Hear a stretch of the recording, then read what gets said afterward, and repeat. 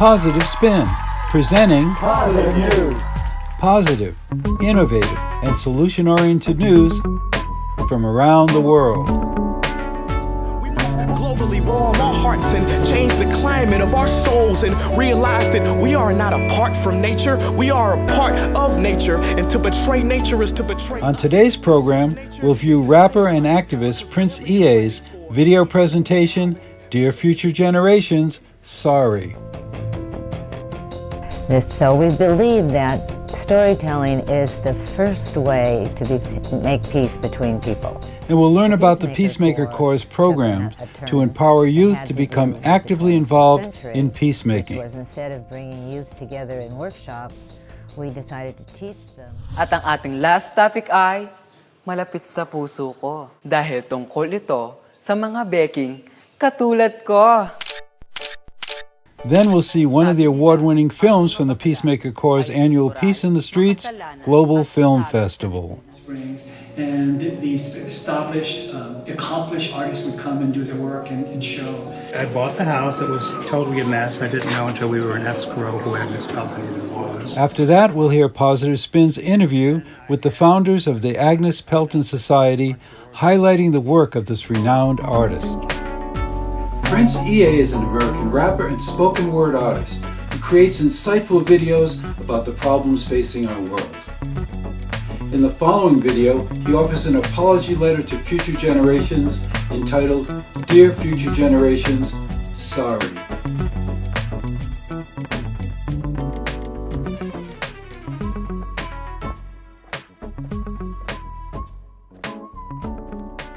Dear future generations, I think I speak for the rest of us when I say, sorry. Sorry we left you with our mess of a planet. Sorry that we were too caught up in our own doings to do something. Sorry we listened to people who made excuses to do nothing. I hope you forgive us. We just didn't realize how special the earth was. Like a marriage gone wrong, we didn't know what we had until it was gone. For example, I'm guessing you probably know it as the Amazon desert, right? Well, believe it or not, it was once called the Amazon rainforest, and there were billions of trees there, all of them gorgeous, and... Oh, you don't know much about trees, do you? Well, let me tell you, trees are amazing. I mean, we literally breathe the air they are creating. They clean up our pollution, our carbon. They store and purify water, give us medicine that cures our diseases, food that feeds us, which is why I'm so sorry to tell you that we burn them down. Cut them down with brutal machines, horrific, at a rate of 40 football fields every minute. That's 50% of all the trees in the world gone in the last 100 years. Why? For this. And that wouldn't make me so sad if it weren't so many pictures of leaves on it. You know, when I was a child, I read how the Native Americans had such consideration for the planet that they felt responsible for how they left the land for the next 7 generations. Which brings me great sorrow, because most of us today don't even care about tomorrow. So I'm sorry. I'm sorry that we put profit above people, greed above need, the rule of gold above the golden rule. I'm sorry we use nature as a credit card with no spending limit, overdrafting animals to extinction, stealing your chance to ever see their uniqueness or become friends with them. Sorry we poison the ocean so much that you can't even swim in them. But most of all, I'm sorry about our mindset, 'cause we had the nerve to call this destruction progress. Hey Fox News, if you don't think climate change is a threat, I dare you to interview the thousands of homeless people in Bangladesh. See, while you were in your penthouse nestled, their homes were literally washed away beneath their feet due to rising sea levels. And Sarah Palin, you said that you love the smell of fossil fuels. Well, I urge you to talk to the kids of Beijing who are forced to wear pollution masks just to go to school. See, you can ignore this, but the thing about truth is, it can be denied, not avoided. So I'm sorry, future generations. I'm sorry that our footprint became a sinkhole and not a garden. I'm sorry that we paid so much attention to ISIS and very little to how fast the ice is melting in the Arctic. I'm sorry we doomed you, and I'm sorry we couldn't find another planet in time to move to. You know what? Cut the beat. I'm not sorry. This future, I do not accept it. Because an error does not become a mistake until you refuse to correct it. We can redirect this. How? Let me suggest that if a farmer sees a tree that is unhealthy, they don't look at the branches to diagnose it, they look at the root. So like that farmer, we must look at the root and not to the branches of government, not to the politicians run by corporations. We are the root, we are the foundation, this generation. It is up to us to take care of this planet. It is our only home. We must globally warm our hearts and change the climate of our souls and realize that we are not apart from nature, we are a part of nature. And to betray nature is to betray us. To save nature is to save us. Because whatever you're fighting for, racism or poverty, feminism, gay rights, or any type of equality, it won't matter in the least. Because if we don't all work together to save the environment, we will be equally extinct. Sorry.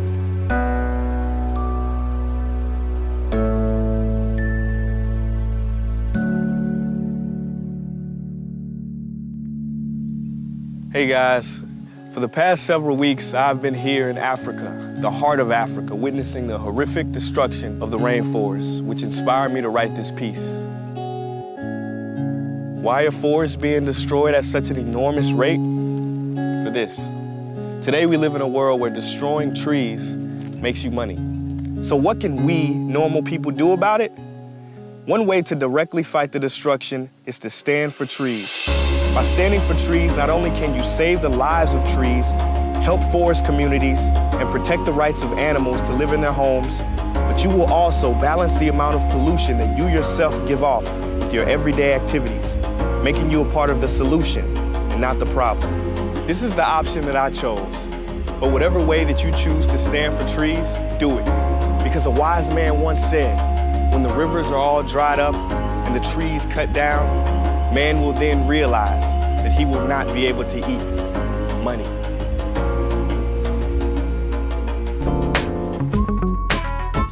The Peacemaker Corps is an organization that empowers young people by giving them the technical tools necessary to create their own stories about peace through film. The organization produces the annual Peace in the Streets Global Film Festival at the United Nations, where the youth video producers and directors are honored for their films.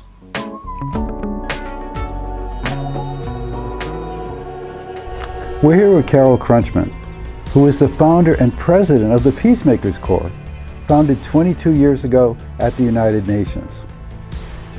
Carole, it's wonderful to be with you. We've long been a supporter of your work. Can you please tell us about the history of your organization and its impact on young people's lives? Thank you for having me today. I appreciate this time to speak with you, Bill. The Peacemaker Corps was founded 22 years ago with a grant from the President Clinton administration.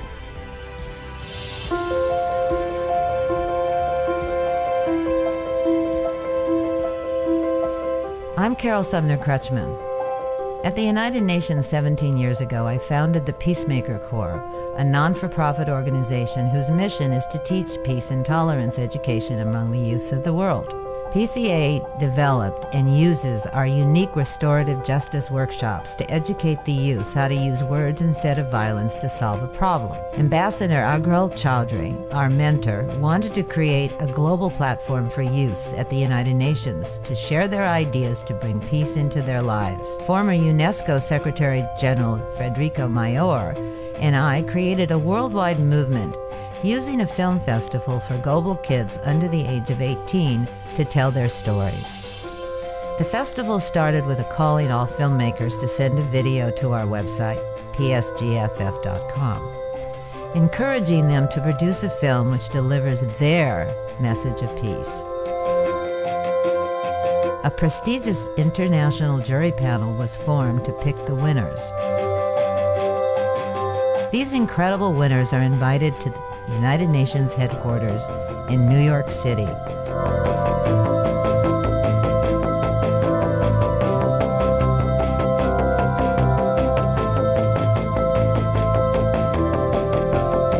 On the first day of their experience, winners get briefed about their roles for the next 2 days of events.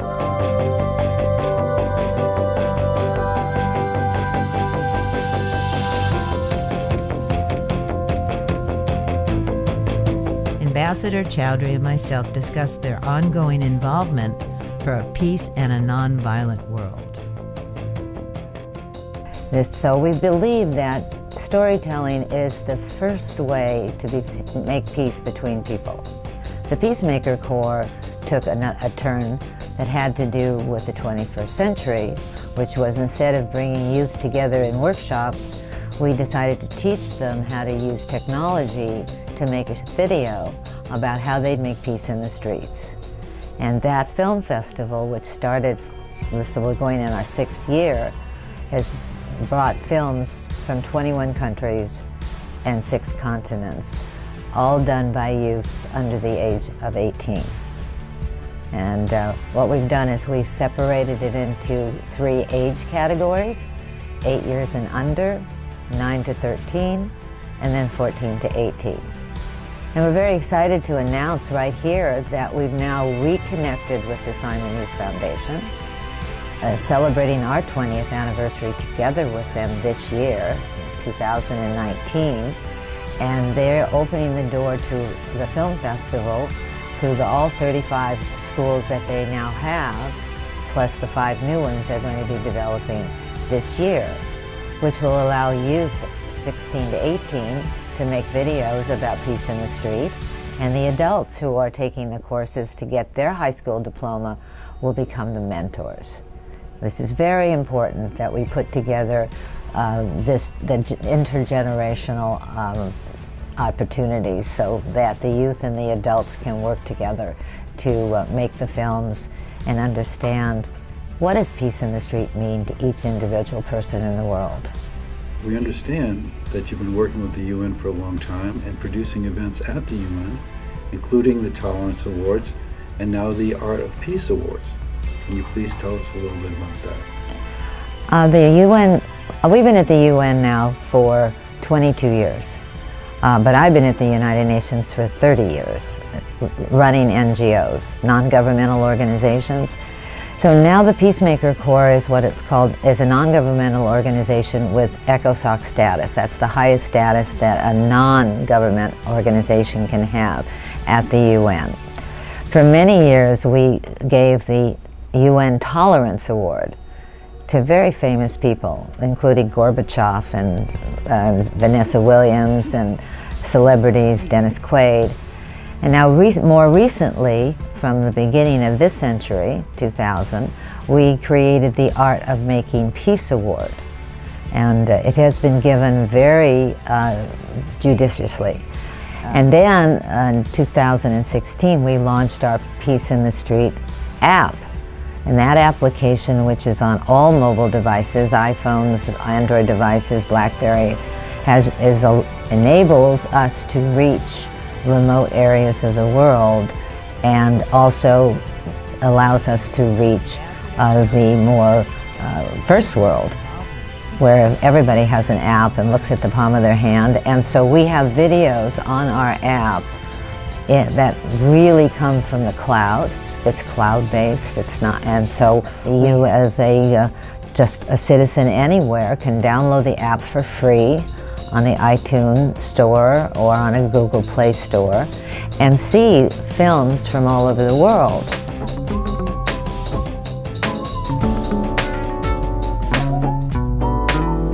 We'll now view the film Prejudice Kills Peace by Jepoy from the Philippines, a Peace in the Streets Global Film Festival award-winning film.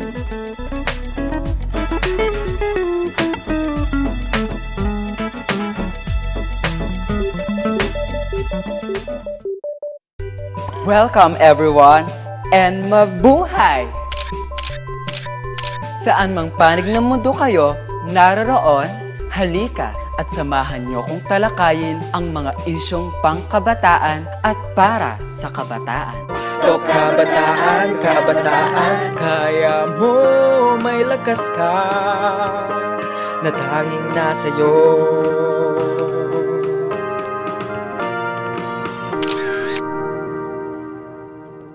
Welcome to Talk Kabataan. Ano nga bang ibig sabihin ng stereotype? Ang stereotype ay isang laganap na ideya o paniniwala ng mga tao sa isang bagay, tao o grupo na nabuo sa panghusga sa panlabas na anyo nito. Sabi nila, ang mga taong matataba ay tamad. Guys, stop it! Hindi lahat ng mga taong matataba ay tamad. Minsan, nasa lahi na nila ang pagiging mataba. O kaya naman, mahilig kumain, ngunit mabagal ang metabolismo. Sino ba ang aayaw sa pagkain? Diba? Sabi nila, ang mga taong matataba ay hindi aasenso. Walang sino man ang makapagsasabi na aasenso ka o hindi maliban sa sarili mo. Ang mga matataba ay may karapatang mapromote sa trabaho at matanggap sa kolehiyo. Lahat naman ay maaaring umasenso basta't magsumikap lamang. Sabi nila, ang mga taong matataba ay hindi kaakit-akit. Ano ba ang batayan sa pagiging kaakit-akit? Pitsura ba? O ugali? Lastly, ang matataba, kaya matataba, simply because ayaw nilang maging sexy na karaniwang nakikita sa magazine at TV. Dumako naman tayo sa mga taong may tattoo. Sabi nila, ang mga taong may tattoo ay mga kriminal at adik. Hindi po lahat ng may tattoo ay kriminal at adik.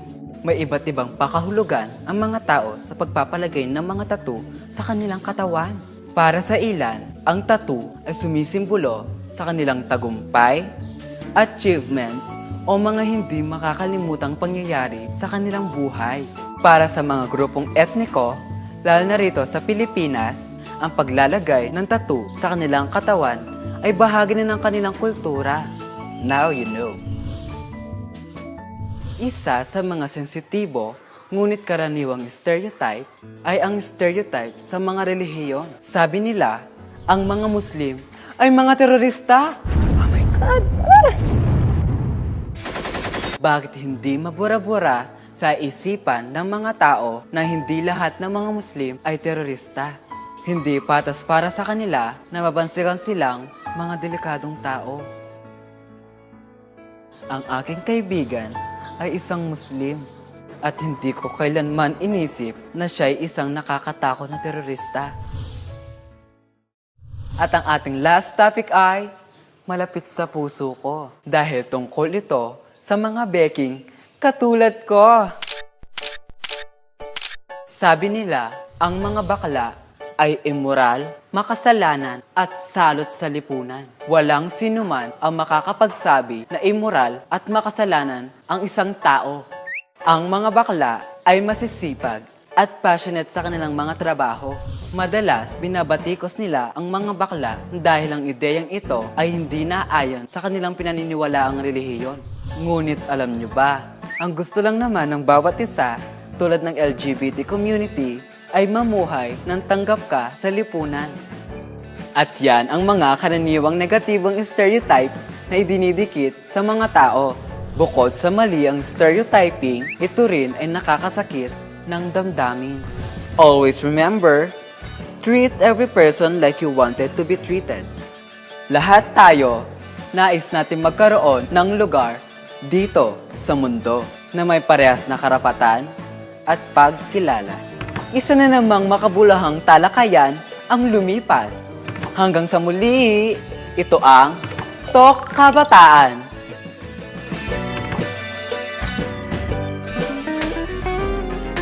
In the next segment, Positive Spin interviews Simeon and Peter Palladino, founders of the Agnes Pelton Society, at the home of the renowned artist in Cathedral City, California. Cathedral City is a beautiful desert town framed by the towering San Jacinto Mountains. Cathedral City was the Coachella Valley's earliest center of art, spearheaded by Agnes Pelton. Positive Spin recently visited the restored Agnes Pelton house to interview Simeon and Peter Palladino, two co-founders of the Agnes Pelton Society, a nonprofit organization established to promote the life, art, and legacy of Agnes Pelton. Can you tell us about Agnes Pelton and her significance to the art world? Agnes Pelton is very interesting in the way that in the 1913 Armory Show, it was in New York, it was a kind of pivotal show in the art world where America was first introduced to Picasso, Duchamp, Kandinsky, all these modern, who now are modern masters, in 1913. So it really changed the shape, the direction of art at that point. She was one of the few Americans in that show, let alone one of the few women. So she established her career. She was a young woman. She was from Europe, from Germany, and she grew up in Boston, in Brooklyn. But she established herself from that show, and from that time, from there, she started to travel. Around 1919, when she did figurative paintings, she started experimenting with abstracts, transcendental, which she called the transcendental painters. And the best way I can explain that is she was a contemporary of Georgia O'Keeffe. I think they met once, but she said once that what Georgia did was paint the beauty, external beauty of a flower, and what she aspired to do was to paint the spirit of it. So she later on, in the 40s, she organized a group of painters. All other ones were men, and they called themselves the Transcendental Painters. And all of their objective was to paint the spirit out of the painting. So that's why she was so wonderful at painting light. She really trained herself to characterize light in all her paintings. And in fact, the last showing that they did of her when she came back to prominence about 18 years ago was a show curated by the Palm Springs Museum. It was called The Poet of Light. What impact did she have in the Coachella Valley? That's so interesting because I think most people when she moved here and lived in Cathedral City, there were only 6 houses in 1938 when she completed building this house. So I think to a lot of people, to a lot of locals, she was just the old lady who lived down the street who painted. And so she quietly painted, and she organized a group of artists who would come, friends who would come and paint with her, and teach painting and show work. There were also, her friends included dancers and composers, writers, and it was an instance of almost like Petticoat Junction, I think, of Green Acres. It was a rural community, pretty much isolated except for Palm Springs, and these established, accomplished artists would come and do their work and show. I bought the house. It was totally a mess. I didn't know until we were in escrow who Agnes Pelton even was. Since then, I found out that this front door, this was all blocked in. I realized that the front door was in the guest house when they rearranged everything, when they built it. But so I found that. I found the niche. I've been trying to get it back to the integrity. All the bones are still there. Agnes's friend Christina Lillian, who started the Palm Springs Museum, and all these people have fallen out of history. Since then, I've given talks to Americans of the Daughters of the American Revolution, Liz Armstrong from the museum. Introduced her to Christina Lillian and all the newspaper articles and all of the stuff that founded and backs up the fact that she was an integral part of the. These are all people that were missing in history that I just fell into by investigating Agnes. So I really know Agnes from 1932. Not prior. So we established the Agnes Pelton Society about 8 years ago, and when we first moved here, we worked with the Historical Society, and they recognized the prominence. And so for a while, we actually did organize home tours of other historic homes in the area every year. And then we started to just focus on our own. The Agnes Pelton Society decided to just focus on this house itself, trying to designate it as on the National Registry. And our mission is to support her legacy. This woman, there's a story about her, the poignant story about she lived and painted in this house, over 20 years. And because she was destitute towards the end, she couldn't die here. They moved her to a little shack down the street, and she died there, 6 months later. And how poignant is that, right? So, so we want, because of that, in part because of that, is that we want to support her legacy and keep her name alive in the art world. So what we do to do that, one of the things we do that is we commission local artists to paint murals in this alleyway back here. So we've commissioned so far about 7 artists, and they're all local artists, to depict parts of the history of the Cathedral City Code. We do, for about 5 years now, we're doing a monthly free art class. We call it the Children's Art Party. And it's designed so that older, like generationals can get together. So we say the grandparents can come and make art with the children, who their mission is to work with recyclable materials. So we teach the children how to do that. We also invite another artist, a local artist, to come and speak and teach the children. So half of the hour is with one of the artists, and then half of the hours with what we do separately. That we offer this scholarship for a local high school student, Cathedral City High School student who's interested in the arts. And pretty much those are the three major things that we do.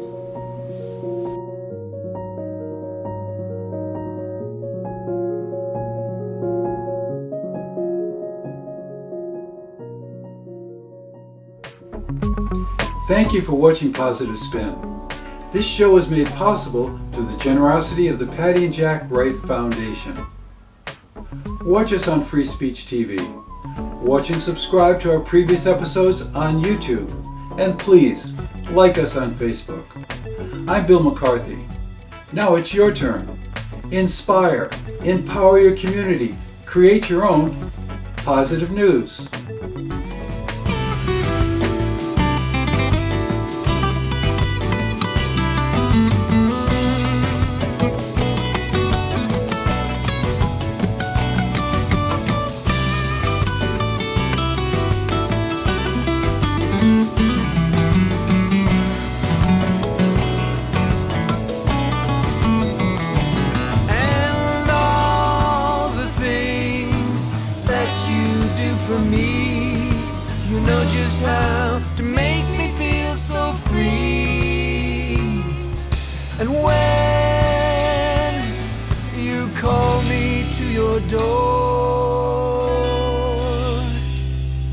It makes me love you